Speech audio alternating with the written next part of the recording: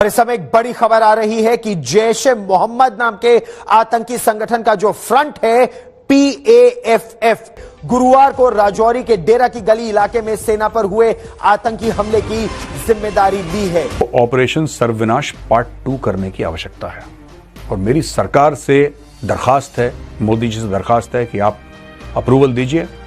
Army should do operation Sarvavinash part 2। आतंकवाद को जड़ मूल से उखाड़ना चाहिए, नहीं उखाड़ना चाहिए? आप मुझे बताइए कौन पार्टी है जो ये काम कर सकती है? कि भाई आप ये क्या कर रहे हैं और अगर इस तरह दोबारा हुआ तो हम आपके साथ ये कर देंगे, वो करेंगे।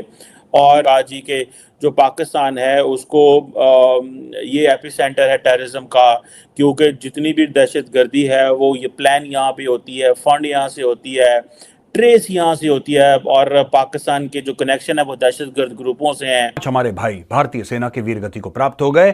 आज मैं उस ऑपरेशन के बारे में आपको बताऊंगा। कल शाम से आप टेलीविजन पे सुन रहे होंगे, लेकिन इसका इलाज क्या है, ऐसा क्यों हो रहा है बार बार, और मुझे क्या लगता है इसका क्या इलाज है। 7वें पाताल में होंगे उनको भी मैं छोड़ने वाला नहीं हूं। और देश का दुर्भाग्य देखिए,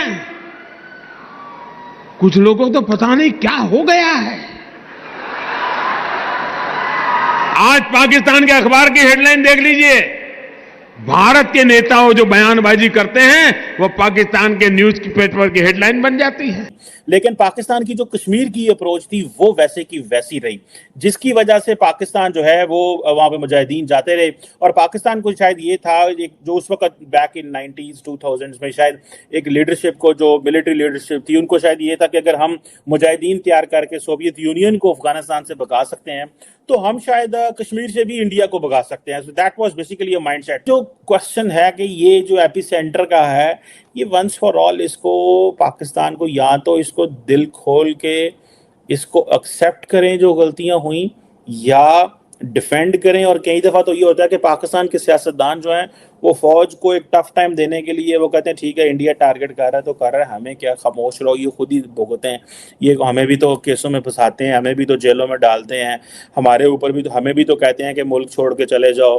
जरदारी साहब को कहते हैं कि मुल्क छोड़ के चले जाओ, नवाज शरीफ को कहते हैं मुल्क छोड़ के चले जाओ। ठीक है, फिर सियासत भी तुम करो, सारी चीज़ें वो करो। फिर अब होता यह इंडिया के अंदर क्या है कि इंडिया के अंदर सियासतदान, फौज, सबका एक पॉइंट ऑफ व्यू है। पाकिस्तान के अंदर क्या है, पाकिस्तान के अंदर सियासतदान कई दफ़ा फौज को टफ टाइम देने के लिए भी खामोश रहते हैं, कहते हैं ठीक है आप चीज़ें लीड कर रहे हैं, आप प्लान कर रहे हैं, आप सारा कुछ कर रहे हैं, तो आप जाने फिर हमें क्यों पूछ रहे हैं। दोस्तों, आपको ऑपरेशन सर्वविनाश पार्ट 2 करने की आवश्यकता है और मेरी सरकार से दरखास्त है, मोदी जी से दरखास्त है कि आप अप्रूवल दीजिए। Army should do operation Sarvavinash part 2। ठीक है, अभी कर देना चाहिए इनको। आप इनको और मौका मत दीजिए, जड़ पकड़ लेंगे ये।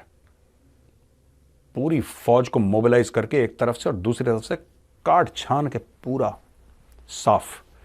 ये बिल्कुल सर्वविनाश पार्ट 2 का ये बिल्कुल एप्ट और अप्रोप्रिएट टाइम है। एक बहुत बड़ा ऑपरेशन हुआ था दोस्तों, और कोई भी सीनियर फौजी आपको बता देगा। ठीक है, उस ऑपरेशन का नाम था सर्पविनाश, और सर्पविनाश में सर्पों का विनाश करा गया था। हजारों दर हजारों, कोई कहते हैं 15 से लेकर 20,000, 15 to 20,000 Indian army troops are deployed, और यहां से जंगल छानते हुए, वहां से जंगल छानते हुए ये चलता रहा ऑपरेशन। और इतने मिले हैं सर्प, मिले हैं, इतने सर्प मिले हैं कि सर्प का विनाश करा। इस वक्त बड़ी खबर आ रही है, सेना में सूत्रों ने दावा किया है कि जम्मू और कश्मीर में खुफिया जानकारी के आधार पर कई ऑपरेशन इस समय चलाए जा रहे हैं। ये ऑपरेशन दुर्गम जंगलों में, पहाड़ी इलाकों में, खराब मौसम के बीच इस समय जारी है। लेकिन एक पाकिस्तान के खिलाफ इंडिया जो है वो महाज खोल रहा है, क्योंकि इंडिया को पता है कि पाकिस्तान के साथ बात करने का फायदा कोई नहीं है, डायलॉग करने की जरूरत कोई नहीं है, ओपन अप होना नहीं चाहिए, पाकिस्तान मसाइल में है। दिस इज द मोमेंट कि आप फर्दर पाकिस्तान को आइसोलेट करें, और उसके लिए ये है कि stay away from Pakistan, declare करें पाकिस्तान को कि वो जी दहशतगर्द मुल्क है, वो दहशतगर्दी करा रहा है, वो एपी सेंटर है, जिस तरह उन्होंने ऑस्ट्रियन टीवी को कहा। अब ये एपी सेंटर जो है, अब सारा यूरोप और अमेरिका जानता है कि ये पाकिस्तान की क्या कुर्बानियां हैं, ये सारा कुछ है। लेकिन जो वो वेस्टर्न वर्ल्ड ने, वेस्टर्न मीडिया ने चीजें कही हैं, फॉर एग्जांपल अब हिलरी क्लिंटन जो थी, उन्होंने जब ये सारा कुछ हुआ, ये फैसल शहजाद वाला वाकया हुआ, तो उन्होंने कहा कि if you will grow vipers at your backyard they can bite you. अब हर रोज इंडियन मीडिया पे चीजें फ्लैश कर रही होती हैं, देखें जी हिलरी क्लिंटन ने आपके बारे में ये कहा था, if you will grow vipers at your backyard they can bite you. अगर आप अपने घर के पीछे बैकयार्ड में सांप जो हैं वो उगाएंगे, उनको पानी देंगे तो वो आपको काटेंगे। तो उन्होंने कहा ये जो दहशतगर्द हैं इनको आप खत्म करें वंस फॉर ऑल। सो पाकिस्तान की पॉलिसी ये रही कि जी ठीक है हम चीजें मैनेज कर लेंगे, हो जाएगा, लेकिन वो हमारी पॉलिसी कामयाब नहीं हो सकी, क्योंकि हम जो है यहाँ तो बहुत देर कंफ्यूज रहे, यहाँ डायलॉग के चक्कर में फंसे रहे। लेकिन अब डॉक्टर जयशंकर जो है, आप देखें वर्ल्ड वाइड वो पाकिस्तान से बात, अब वो कह रहे हैं बात किस चीज़ की हमने पाकिस्तान से करनी है। पाकिस्तान जो हमारी पार्लियामेंट में हम लेकर आते हैं, ये तो ये करते हैं। पाकिस्तान रिसेंटली जो FATF की ग्रे लिस्ट से निकला है, हाफिज सईद को सजा दे के निकला है। अब ये चीज़ें जो हैं, अब पाकिस्तान में कोई बंदा बात नहीं करता, पाकिस्तान में सियासत जमातें बात नहीं करती, हर बंदा ड्राइंग रूम में बैठ के खुली बातें करता है, बाहर आके और बात करता है। सो ये जो एस्टैब्लिशमेंट की पॉलिसीज नहीं है, इसकी भी जारी बात है लार्जली लोगों को कोई समझ नहीं रही कि ये क्या माइंडसेट है। वंस फॉर ऑल आपने 2006, 7, 8 में बैठ के, 10 में बैठ के, 12 में एक दफ़ा ये क्लीन करते मैस और सारी चीज़ें रिवर्स करते, एक ट्रुथ कमीशन बनाते, ये गलतियां हुई, ये किया। लेकिन स्टेट है, स्टेट गलतियां फिर मानती भी नहीं है कि हमने ये काम किए हुए हैं और ये नहीं किए। अगर वो ट्रुथ कमीशन बन जाता हमारी जान छूट जाती। इसी तरह सियासी मामलात में भी ट्रुथ कमीशन बन जाता, हमारी जान छूट जाती और हम मुस्तकबिल में तय करना शुरू कर देते कि भाई हाँ आइंदा के बाद ये करना है, ये नहीं करना, और इस तरह की चीज़ें।